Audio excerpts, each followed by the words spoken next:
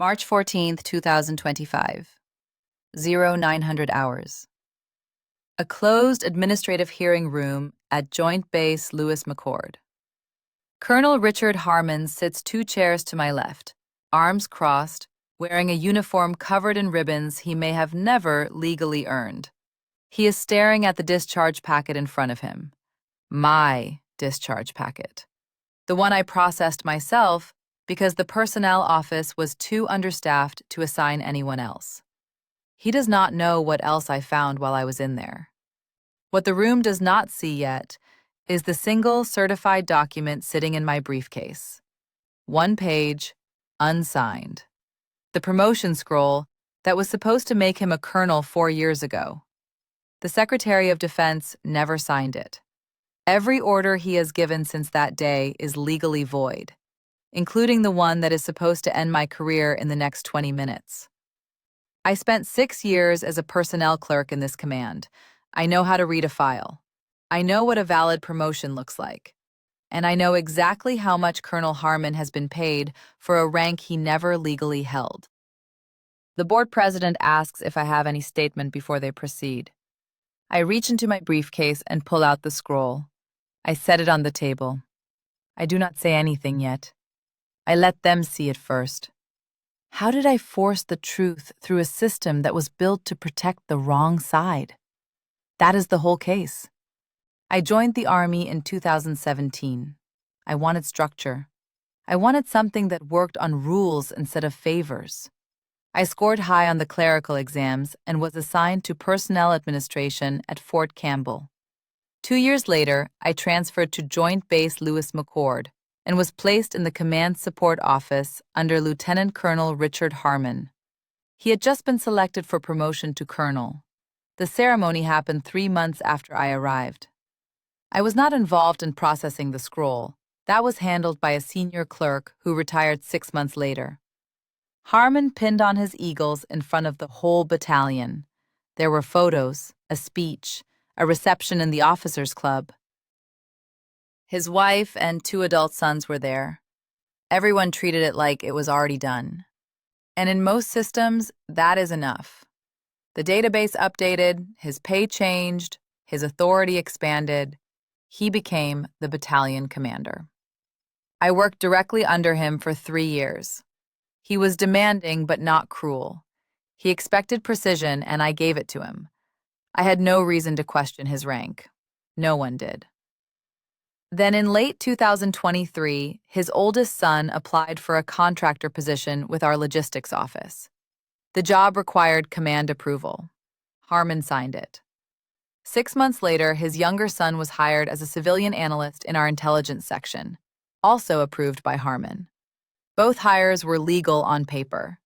Contractors and civilian employees go through normal hiring processes, but the routing slips told a different story. I saw them because I processed all the personnel actions that came through the office. Harmon had personally referred both candidates. He had sent emails to the hiring panels highlighting their qualifications.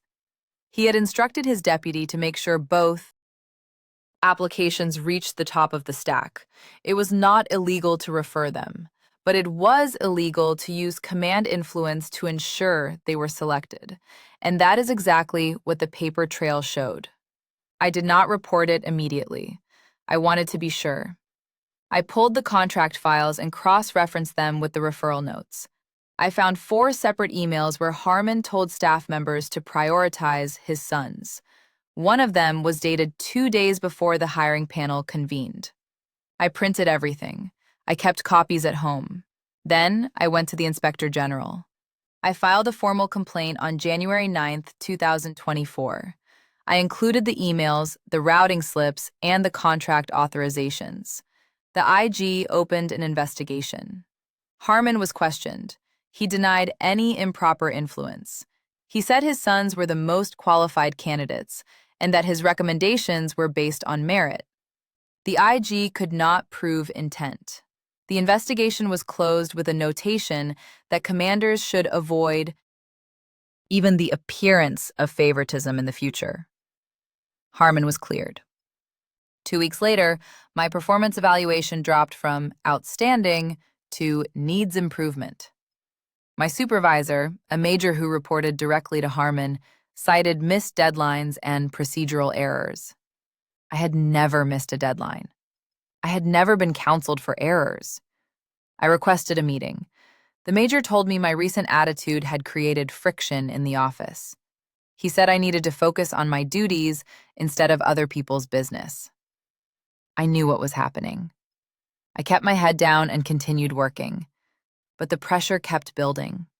In May, I was reassigned from personnel actions to separation processing. It was described as a lateral move, but everyone in the office knew it was a demotion. Separation processing is where they put clerks who are on their way out. I processed retirements, medical discharges, and administrative separations. I was good at it. I followed every regulation. I made no mistakes.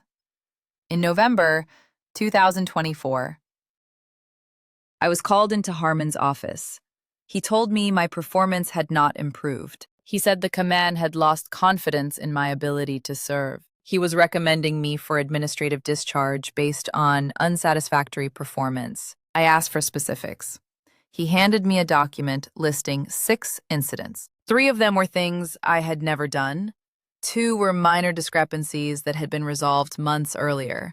1 was a deadline I had missed because his office had delayed approving the required forms. I told him the discharge was retaliatory. He said I was welcome to present my case at the hearing. Then he told me to process my own separation packet because the office was short-staffed. I walked out of his office and sat at my desk. My hands were shaking, not from fear, from control. Because processing my own discharge meant I had access to every form, every file, every record needed to separate me from the service. And that access included the ability to verify the authority of the officer ordering my discharge. I pulled Harmon's official military personnel file that afternoon. I did it through the normal system. Personnel clerks have administrative access to everyone in their unit. I was looking for his separation authority documentation. I needed to confirm he had the rank to discharge me. What I found instead was a gap. The digital system listed his promotion to colonel as effective June 15, 2021.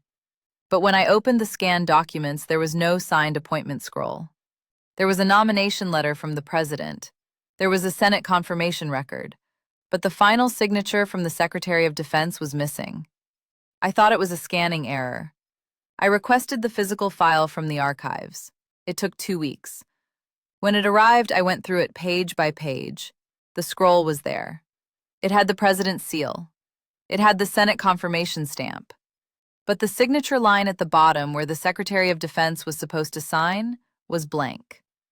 Harmon had been promoted in ceremony. He had been paid as a colonel for 4 years. But the legal document that made him a colonel had never been completed. I ran the numbers. An 05 makes approximately $8,000 per month. An 06 makes approximately $11,000. Harmon had been overpaid by roughly $3,000 a month for 48 months. That is $144,000 in unearned pay. I made copies of everything. I had the unsigned scroll. I had the pay records. I had the promotion order that referenced a completed appointment. I certified the copies with the office stamp and put them in my briefcase. Then I continued processing my discharge.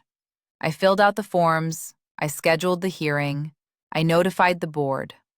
I did exactly what Harmon told me to do. The hearing was set for March 14th. I did not tell anyone what I had found. I did not file another IG complaint. I did not go to his deputy or the JAG office. I waited. Because the hearing was the one place where I could present evidence and force the board to act on it in real time. The morning of the hearing, I arrived early. The board president was a colonel from another unit. The other 2 members were a lieutenant colonel and a senior master sergeant. Harmon sat across from me with his legal advisor. The discharge packet was in front of the board. The president opened by summarizing the case. He said I was being separated for a pattern of unsatisfactory performance. He asked Harmon if he wanted to make a statement. Harmon stood. He said I had been a adequate clerk initially, but that my work had deteriorated after I filed a baseless complaint against him. He said the command had tried to counsel me, but that I had refused to improve. He said the discharge was necessary to maintain unit standards. He sat down. The president asked if I had a response. I stood. I said I did. I opened my briefcase and pulled out the unsigned scroll. I walked it to the president and set it in front of him. I said, "This is Colonel Harmon's appointment to the rank of 06. I pointed to the signature line. I said, "The Secretary of Defense never signed it." The room went silent. The president picked up the document. He looked at it. He looked at Harmon. He asked if this was accurate. Harmon's face went pale. He said the promotion had been completed 4 years ago. He said the ceremony had been held. He said the Senate had confirmed him. I said, "That is correct. The Senate confirmed the nomination, but the appointment is not legally binding until the Secretary of Defense signs the scroll. That signature is missing." The lieutenant colonel on the board asked to see the document. The president handed it over. She examined it. She looked at the seal. She looked at the blank signature line. She asked where I had obtained it. I said I pulled it from Colonel Harmon's official military personnel file as part of my duties processing separations. It is a certified true copy. The senior master sergeant asked what this meant for the discharge. I said, "An officer who does not legally hold the rank of colonel does not have the authority to recommend the discharge of enlisted personnel. That authority belongs to 06s. If Colonel Harmon is not legally an 06, then this discharge is void." Harmon stood. He said this was absurd. He said he had been serving as a colonel for 4 years. He said he had commanded a battalion. He said every system in the military recognized his rank. I said the systems updated automatically based on projected promotion dates. But legal authority comes from signed orders, not database entries. The board president held up his hand. He said the hearing was suspended pending verification of the document. He said Colonel Harmon was restricted from issuing any further orders until the matter was resolved. He said I was to remain on active duty until a final determination was made. The hearing ended at 1000 hours. By 1400 hours, the Inspector General had opened a formal investigation. By 1600 hours, Harmon had been removed from command and placed on administrative leave. The investigation took 6 weeks. The IG cross-referenced the file with the National Archives. They confirmed the scroll had never been signed. They reviewed Harmon's pay records and found he had been overpaid $144,000. They reviewed every order he had signed as a colonel. They found the 2 contracts he had authorized for his sons. Those contracts were voided. Both sons were terminated and required to repay their salaries. Harmon was reverted to lieutenant colonel effective immediately. His retirement application was flagged. The Defense Finance and Accounting Service began recoupment proceedings to recover the overpaid salary. His security clearance was suspended for lack of candor. In May, the Army announced that Harmon would be allowed to retire at the rank of 05 after repaying the debt. His pension was reduced by 30%. My discharge was formally vacated. I was reinstated to full duty with back pay and a letter of apology from the new battalion commander. I was reassigned to a different unit. I do not know if Harmon understood what he had lost. He spent 4 years wearing a rank he never legally earned. He used that rank to enrich his family, and when someone reported it, he tried to destroy her career. The system protected him. Right up until the moment it could not. Because the paper does not lie. And a clerk who knows how to read it can dismantle an empire with a single missing signature. Sometimes the most powerful thing in a room is not the rank on someone's collar. It is the record they thought no one would check. If you want the next hearing, stay with the channel.